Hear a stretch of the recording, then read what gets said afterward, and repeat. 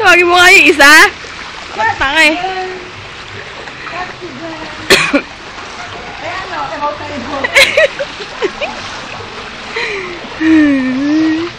Binibidyo kita na, huwag ka mag-alala, hindi ko tatanggalin to. Hanggang sa makarating tayo doon. Ito po ang reporter's notebook. Gago. Ew. My feet.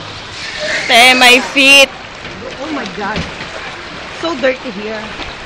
Ito po ang aming reporter's notebook. Sa araw po ngayon, hindi pa po naulan yan. Ganyan na po kalaki ang baha. Nakikita niyo po yung nag-iisang babae na gagawin ngayon. Tsaga-tsaga lang po kasi walang pamatay. Ay, te, ang dumi, te. Grabe, te, no? Ang dumi na. Ay, wala tayong magagawa. Nandito na to. Ang ina naman. O, naka-video pa yan. Oo nga, ibinibidyo nga ako tayo. Tapos nalaglag. Patay. Yan po, si Princess. Nakapaglusong po siya. Dahil po, wala na po kaming choice. 3 jeep na po ang sinakyan namin. Ngunit tumirik lahat. Ang isa po, pinakahuli na flat po ang gulong. Ayun na po si Katsioson, medyo umaahon na po siya. Andito na po kami sa barangay Katangalan, na kung saan po ngayon lumalakas ang hangin. Ayan na po. Konting tisa lang po at may dumadaan pong jeep. Medyo malaki po yung tubig. Ayan na po.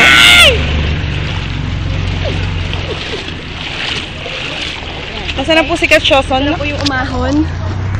Ano po yung nakaahon sa baha? Kaya kita mo may dumadaang jeep, te. Diyan tayo po sa Marami yan, te. Maniwala ka. May init na po ang ulo nitong mga to. Meron, di ba? Marami ito. Magyoyosi muna sila. Dadaan tayo sa Francis, te. Hindi namin alam kung saan kami dadaan pa uwi. Ito po yung binibilan namin tindahan. Sa reporter's notebook. At ito po ang saka scene of the crime.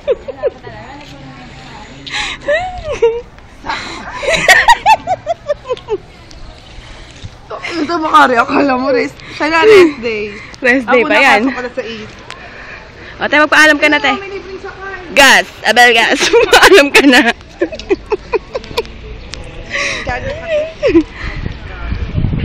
Ito na si... Libreng sakay.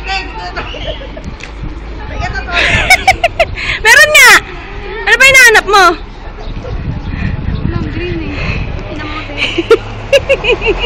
Ito na naman po sa tindahan kinatampayan namin.